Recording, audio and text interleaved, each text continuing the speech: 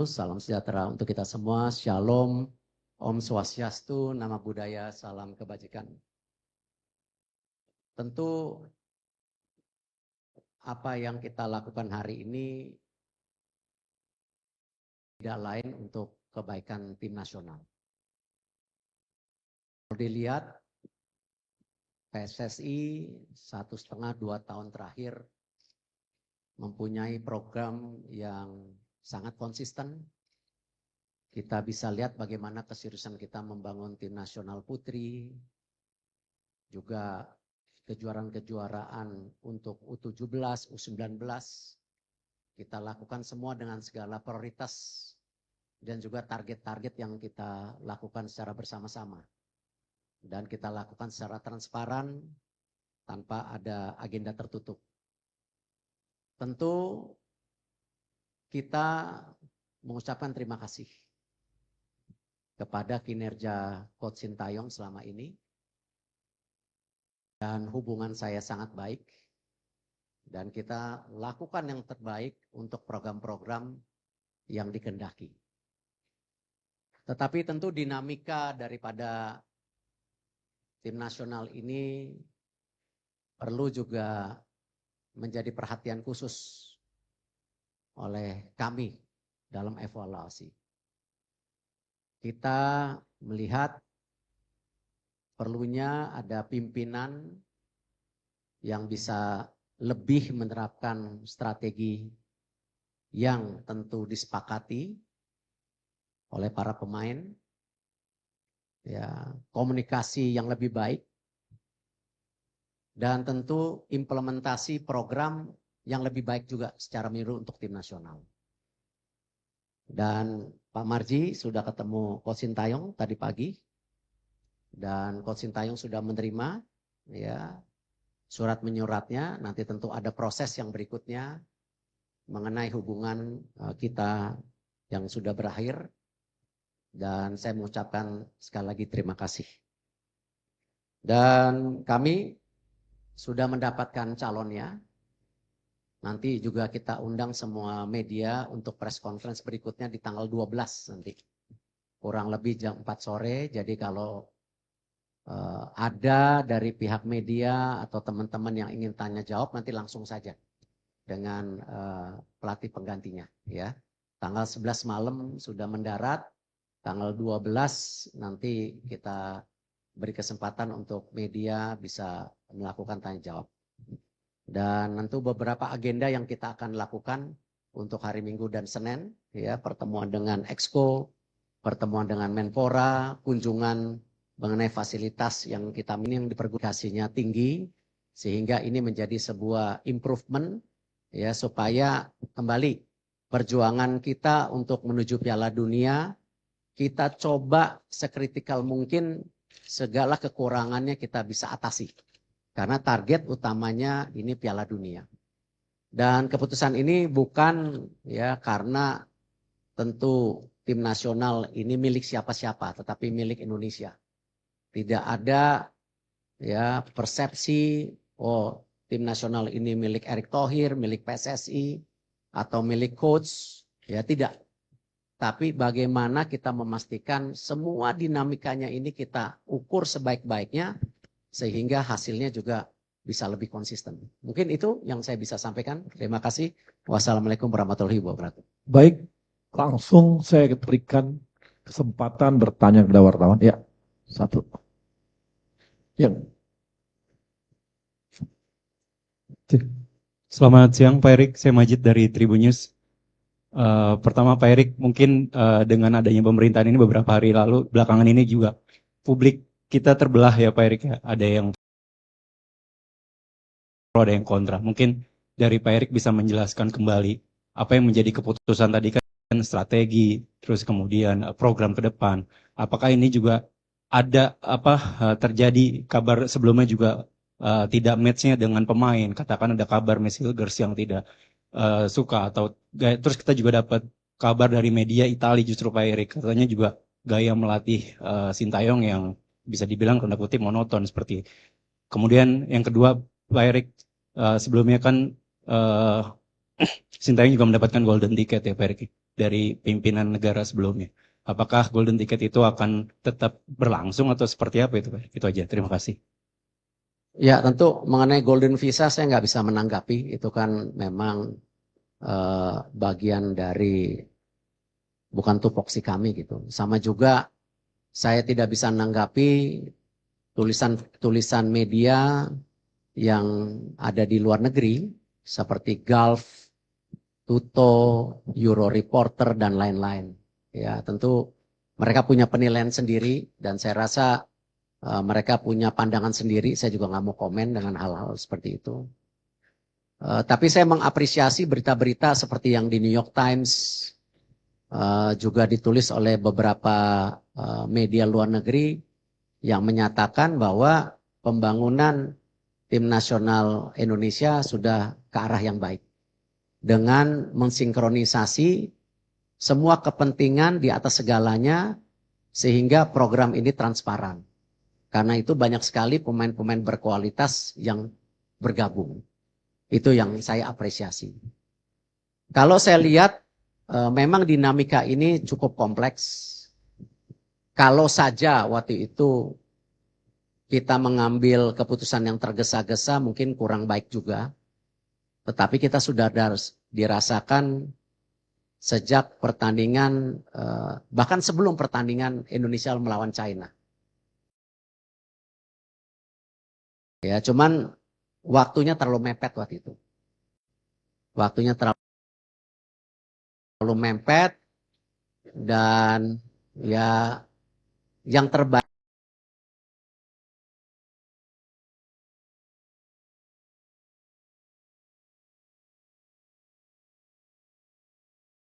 ya hari ini. Karena kita masih punya waktu hampir 2,5 bulan untuk persiapan. Karena saya juga tidak mau ya mengambil sebuah keputusan yang membuat tentu keadaannya tidak baik. Nah, cuman dengan segala evaluasi perhitungan, waktu 2,5 bulan ini cukup. Ya, tidak tergesa-gesa hanya pada saat waktu dinamika yang terjadi Indonesia lawan China waktu itu. Itu yang saya bisa sampaikan. Ya, ya, ya Mbak. Terima kasih, saya Fitrianto dari Republika. Pak Erik, apakah keputusan ini berkaitan dengan keselarasan dengan pemain-pemain naturalisasi yang mungkin kurang begitu baik dengan STY sehingga harus diganti di menjelang 2 bulan laga selanjutnya? Menurut saya sama saja. Tapi kalau kita lihat sekarang dengan banyaknya di tim nasional yang bermain di luar negeri, tentu dinamika daripada masing-masing individu itu menjadi perhatian. Dan kalau kita lihat nanti salah satunya di tanggal 12 malam rencana ada pertemuan pemain-pemain tim nasional kita yang berkarir di Liga Indonesia untuk bertemu pelatih baru. Ya, kita nggak mau beda-bedain itu. Tetapi perlu dinamika yang terjadi di komunikasi ini harus lebih merata. Ya, jadi tidak ada pemain juga yang terjebak. Pemain ini baik, pemain ini kurang. Menurut saya itu bukan judgement yang baik. Ya, tetapi kita harus melihat tim ini sebagai sebuah komposisi yang satu. Sama. Di sepak bola itu yang paling berat ya memang intangible atau sesuatu yang tidak terukur. Salah satunya ya teamwork itu. Kekompakan antara pemain, pelatih, ya PSSI dengan tim, PSSI dengan pelatih itu paling dinamika yang tentu menjadi tolak ukur yang tidak mudah diprediksi. Tetapi yang tadi saya sampaikan, kalau kita coba sebaik-baiknya, paling tidak titik-titik ini kita bisa kurangi gitu. Surga itu makan. Nih anak suka jajan, sumpah mati. Tulis oleh beberapa media Eropa, tetapi itu tidak menjadi judgement, ya, tetapi itu menjadi bagian evaluasi, gitu. Ya.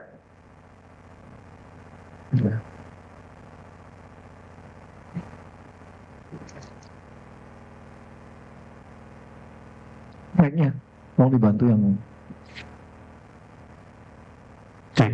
Selamat siang Pak Erik, saya Sony dari Kumparan. Pak, ingin bertanya terkait detail kontraknya Pak, apakah ini putus kontrak sepihak atau bagaimana? Kemudian adakah kompensasi yang harus dibayarkan PSSI terhadap Sintayong? Karena kita tahu sebelumnya sudah ada kesepakatan sampai 2027 ya Pak. Terima kasih. Ya, semua kontrak kita harus hormati. Karena kalau kita ingin menjadi federasi yang kredibel, ya kita harus menjaga kesepakatan yang sebelumnya. Sama ketika kita memperbaiki Liga Indonesia, ya salah satunya kita menekankan kepada klub-klub. Ya kita nggak mau lagi ada isu mengenai pemain yang tidak dibayar, pelatih yang tidak dibayar. Karena itu salah satu yang kita dorong klub, standarisasi klub yang ada di Liga, klub licensing itu kita akan terapkan di tahun depan, bahwa klub-klub yang melakukan pelanggaran itu tidak hanya dikurangin subsidinya tetapi poinnya. Nah, kalau kita melakukan itu di liga, tetapi PSSI sendiri tidak respect dengan apa yang dikomit, ya saya rasa bukan menjadi contoh yang baik. Kita harus menghormati segala perkataan dan kontrak-kontrak tersebut. Jadi kita tidak akan, dan Pak Marji, Coach Sintayong tanda tangan surat terimanya. Nah, tentu nanti antara lawyer dan lawyer akan bicara untuk follow up kompensasi yang sesuai dengan nilai kontraknya gitu. Ya. Tapi poinnya kita harus respect dengan apa yang kita sepakatin. Ya, tidak boleh kita sebagai bangsa yang tidak menjaga kehormatan kita, apalagi federasi kita sedang dalam posisi tinggi-tingginya sekarang di mata internasional. Jadi kita harus jaga itu, ya. Baik, nih. Selamat siang Pak Erik. Tadi sudah dipastikan ya. Oh, saya Heri dari bola.com, maaf. Terlalu semangat. Bola.com, maaf. Terlalu semangat nih. Dalam beberapa hari terakhir setelah isu pemecatan Sintayong kan muncul di beberapa media sosial bahwa ada nama-nama yang muncul. Ada yang menyebut Patrick Kluivert, ada yang menyebut ini itu. Mungkin bisa dipastikan siapa Pak penggantinya Sintayong di timnas Indonesia. Kemudian kedua untuk Pak Marji, tadi pagi disebutkan Pak Marji bertemu dengan Coach Shin. Mungkin apa yang disampaikan Pak Marji kepada Coach Shin mungkin, dan apa yang disampaikan Coach Shin kepada Pak Marji bisa diceritakan. Itu aja, terima kasih. Pak Marji, silakan Pak Marji. Terima kasih Pak Ketum. Saya perlu sampaikan berkaitan dengan pertemuan saya dengan Coach Shin. Alhamdulillah semuanya berjalan dengan baik, smooth, tidak juga ada persoalan apa-apa. Prinsipnya Coach Shin menerima keputusan pemutusan hubungan kerja antara PSSI dengan Coach Sintayong, dan Coach Shin mengucapkan terima kasih atas kepercayaan yang sudah diberikan PSSI kepada Coach Shin selama kurang lebih hampir 5 tahun. Dan pesannya Coach Shin mudah-mudahan timnas bisa lolos ke Piala Dunia. Itu aja. Untuk pelatih-pelatih yang diinterview memang ada 3 nama waktu itu. Dan juga berikut beberapa asisten sebagai opsi untuk pendamping pelatih. Karena kita yakini tidak ada pelatih yang sempurna. Pasti masing-masing pelatih punya kekurangan. Nah, memang salah satu kandidat yang saya interview yang namanya disebutkan tadi. Tapi daripada menebak-nebak, kan tadi saya bilang tanggal 11 sampai tanggal 12 nanti ada press conference jam 4. Lebih baik media bisa bertanya langsung kepada pelatih yang tentu kita sudah sepakati. Gitu. Oke, yang pojok. Halo, selamat siang. Saya Dwiki dari BBC Indonesia. Saya mau bertanya, kan pergantian pelatih ini kan ada di tengah-tengah pada saat kualifikasi Piala Dunia yang sedang sebenarnya dalam posisi yang positif gitu ya. Sempat ada pemikiran nggak dari Pak Ketum dan juga tim PSSI keseluruhan bahwa jika mengganti pelatih di tengah jalan seperti ini akan menjadi blunder besar bagi PSSI? Seperti itu. Terima kasih. Saya rasa hal yang biasa. Memang untuk posisi kualifikasi Piala Dunia ini juga banyak negara-negara mengganti pelatihnya. Tinggal dihitung resikonya. Makanya tadi saya ceritakan kejadian di China itu sebelum pertandingan bahkan sudah terjadi dinamika yang cukup tinggi. Ya Pak Marji benar ya. Tapi kita berhitung-hitung kalau itu dilakukan saat itu tentu jarak ke pertandingan berikutnya terlalu singkat. Dan hari ini yang terbaik karena kita masih punya waktu 2,5 bulan. Dan tentu resiko-risiko tetap ada. Tetapi lebih baik kita mengambil resiko daripada menyesal di kemudian hari. Nah, dan kita juga mencari tentu figur-figur yang tadi kita yakini bisa memberikan extra effort dari dinamika komunikasi, leadership, ataupun taktikal bermain yang bisa kita harapkan. Itu sih. Pak, sedikit lagi Pak, satu lagi Pak. Berarti apakah dengan kata lain bisa dibilang kegagalan di AFF menjadi faktor terbesarkah atau tidak sebenarnya? Gini, semua pertandingan yang kita ikutin ya pasti ada evaluasinya. Tadi saya bilang kan kita melihat dari pertandingan Indonesia-China. Memang dipikir terlalu ambisius, tapi tidak. Karena kita menghitung strategi-strategi atau target-target angka-angka kemenangan itu kan kita sudah hitung waktu itu. Ya, gimana kalau kita waktu itu kalah dengan Saudi? Ada press conference hari ini enggak? Ya, nggak usah diomongin, udah pasti gagal Piala Dunianya. Karena poinnya sudah tidak ada. Justru di 4 pertandingan berikutnya ini ya kita berharap kita menimba poin gitu. Jadi sekecil apapun yang menjadi tentu ini kita harus perbaikin. Itu yang kita harapkan. Ya, Ya, pojok. Ini bola. Yang itu, yang pojok itu pojoknya.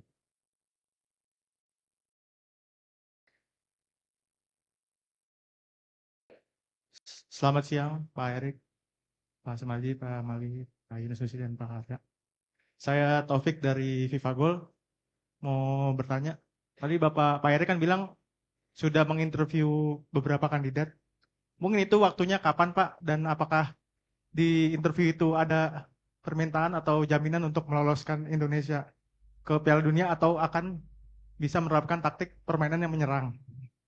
Dan untuk yang kedua, tadi Bapak bilang kondisi tim memburuk sebelum lawan Cina. Apakah kondisinya tidak membaik Pak sebelum menang lawan Arab? Terima kasih. ya kemarin saya mendapat izin dari Bapak Presiden, walaupun gimana kan saya menteri ya. Jadi kalau traveling ke luar negeri saya izin, saya mendapat kesempatan 5 hari kemarin ke sebuah negara di Eropa untuk buka warung istilahnya, ya, interview dan lain-lain. Dari tanggal 25 sampai 30.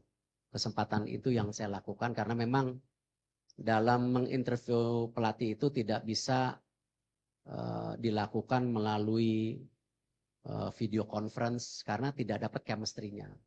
Harus berduduk one on one dan bahkan sebenarnya yang saya tawarkan juga sengaja itu tanggal 25. Yaitu hari Natal sebenarnya. Bukan saya tidak menghormati hari besar, cuman itu bagian kita juga mengetes keseriusan dan komitmen.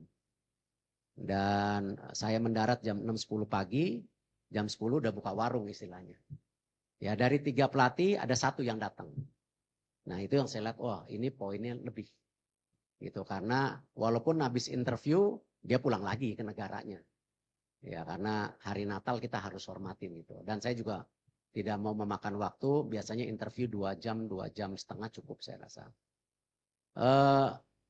Kalau saya bicara detail mengenai dinamika ya saya rasa itu bukan hal yang perlu saya ceritakan detail. Takutnya nanti tadi hubungannya baik-baik kok. Ya saya respect Coach Sintayong, hubungannya baik gitu. Dan sepertinya tadi dilaporkan juga menerima dengan baik. Dinamika itu ada, tapi saya nggak mau bicara detail. Malah nanti menjadi dispute seakan-akan habis manis pah dibuang gitu loh. Ya, saya nggak mau dalam itu. Karena apapun yang sudah dilakukan semua baik.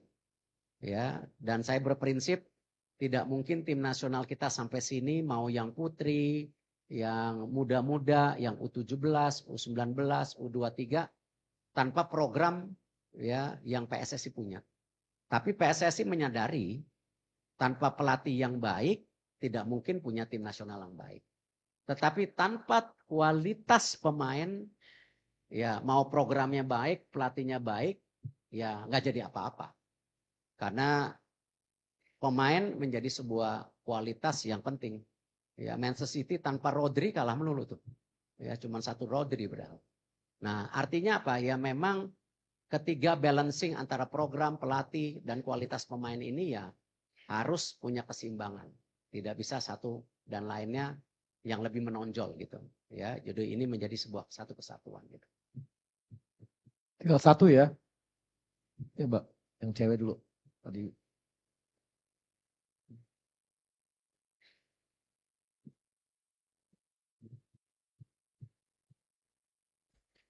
Assalamualaikum warahmatullahi wabarakatuh. Siang Pak, Niar dari RRI. Pertanyaannya, untuk pelatih yang baru nanti atau pelatih pengganti ini, apakah terpilihnya sebagai pelatih untuk timnas Indonesia sudah memenuhi standar dari filosofi sepak bola yang diinginkan oleh PSSI saat ini begitu? Karena kita tahu jargonnya sama ini adalah ingin membawa Garuda mendunia begitu Pak. Kemudian kita tahu juga bahwa sama ini Coach Sintayong tidak hanya memegang timnas senior, tapi beliau juga memegang timnas under 23 yang kita tahu akan beberapa waktu ke depan juga mungkin ada agendanya tertentu. Apakah nanti akan ada pelatih ad interim atau mungkin yang pelatih baru ini juga akan memegang tanggung jawab yang sama begitu? Terima kasih Pak. Coach Indra, Coach Nova juga ditargetkan Garuda mendunia. Kenapa setelah lolos AFC kita targetkan mereka untuk bisa qualified di kejuaraan dunia U17, U20. Nah, nanti memang untuk tim pelatih itu di dalamnya ada komponen pelatih U23. Ya, jadi nanti kalau diumumkan nanti biar aja tanggal 12 itu ada pelatih kepala, ada beberapa asisten dan ada satu asisten untuk U23. Ya, tetapi mempunyai program yang sama U23 dan senior. Nah, memang kuncinya ketika kita ingin punya filosofi sepak bola seperti Jepang ataupun beberapa negara lain ya kita perlu waktu. Itulah kenapa diperlukan technical director nanti. Cuman ya memang tidak mudah juga mencari technical director karena memang ya ini perlu pendalaman daripada detail daripada persepakan bola Indonesia. Cuman yang menarik yang salah satunya saya titipkan bahwa selain target ya saya juga titipkan bahwa filosofi sepak bola ini mesti dibangun dari senior dan U23 dan itu disanggupi tentu dengan waktu-waktu juga perlu support dari banyak pihak tentunya. Para pelatih yang saya interview sudah mengerti targetnya. Dan beberapa juga yang punya nama di dunia sepak bola tidak mungkin bergabung ke sebuah negara hanya sekedar mencari kerjaan. Ya, tetapi mereka pasti mempunyai target personal ya di mana tentu ingin menjadi bagian sejarah legacy yang kita miliki gitu, yaitu lolos ke Piala Dunia. Terakhir di SCTV. Selamat siang Pak Erik. Satu pertanyaan Pak, ada isu mengenai tekanan dari mafia bola untuk menggantikan Coach Sintayong sebagai pelatih Pak. Ada juga yang bilang Pak Erik ditekan juga dari Exco untuk mengganti pelatih Pak. Apakah ini benar Pak? Makasih Pak. Saya rasa semua tidak benar karena kalian tahu saya ini pemimpin yang tidak bisa ditekan-tekan. Bagaimana PSSI bersama Liga melakukan perbaikan match fixing, itu tekanannya jauh lebih berat gitu. Ya. Tetapi kalau kita lihat Liga 1 sekarang bisa berjalan dengan baik, saya belum dengar Yang alarm bunyi masih di Liga 2. Ya. Tapi apa yang kita perbaikin di Liga 1 itu ya tentu dengan adanya VAR, dengan ada kepemimpinan pelatih yang juga bisa dipercaya, itu kita lakukan gitu. Nah, Liga 2 menyusul tahun depan. Kita juga akan ada sistem VAR. Jadi saya rasa saya bukan tipe pimpinan yang takut ditekan-tekan. Saya percaya apa yang kita jalankan untuk kebaikan semua. Kita kerja lillahi ta'ala. Ya, insya Allah.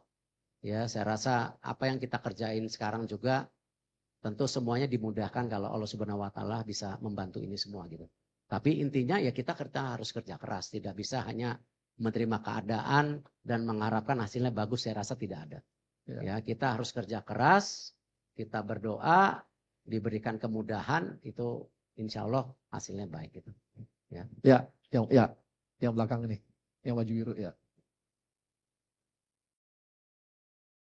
Yes, ya Pak. Hendro Pak dari Berita 1. Pak, terkait Ole nih Pak, kapan rencananya sidang naturalisasi Ole nih Pak? Apakah memungkinkan kalau bisa cepat memungkinkan nanti main di Maret Pak? Yang kedua Pak, infonya PSSI sudah menghubungi Michael Baker Pak untuk dinaturalisasi. Ini benar nggak Pak kabar ini Pak? Itu aja ya. Terima kasih. Ya, Ole insya Allah proses surat menyuratnya sudah lebih advance dibandingkan Jaro Rinwald. Kita juga sedang meng-approach Jaro Rinwald untuk gabung juga ke tim nasional. Tapi apakah keburu di bulan Maret kita lihat dulu gitu. Tapi kalau Baker kita sudah cek agak sulit karena bukan sesuai dengan regulasi FIFA yaitu ibu bapak atau kakak neneknya. Kita lagi masih mencari suratnya, tapi belum menemukan surat dia qualified sesuai aturan FIFA. Gitu. Baker kan? Ya. Maunya sih mau, bagus, tingginya 189, bisa main midfielder juga. Ya. Thank you very much. My name is Reski from C Today. I have a question: what is the main reason for this change, despite of the rise of our national team level in the FIFA rank? And the second is, and for the next candidate or the next coach, what is the expectation or the main focus of this improvement of the national team? Thank you. Hiring the next coach is the same. As we explained before, we are targeting to qualify to World Cup. And all the candidates that we interviewed during the 5 days I was in Europe, basically most of them agree this is the target. This is why they agree to join the interviews. They have a serious to become the legacy on both sides, not only we as the countries, but also them as a personals. For changing clothes, coach, this is something actually we've been discussed for many months back. But I think the moment is about to be right, because right now we still have 2.5 months on preparation for next games. And we still have formats that we want to get as much as point that we can get. The dynamics of the communication is one of the issues that we put in, but also we feel we need a coach that also can help on the tacticals. This is something that or the evaluations that we have. Oke. Baik teman-teman, habis ya? Cukup ya? Baik. Terima kasih teman-teman atas perhatiannya dan terima kasih pada Pak Ketum, Pak Waketum, Pak Marji, Pak Sekjen semua. Terima kasih semua wartawan.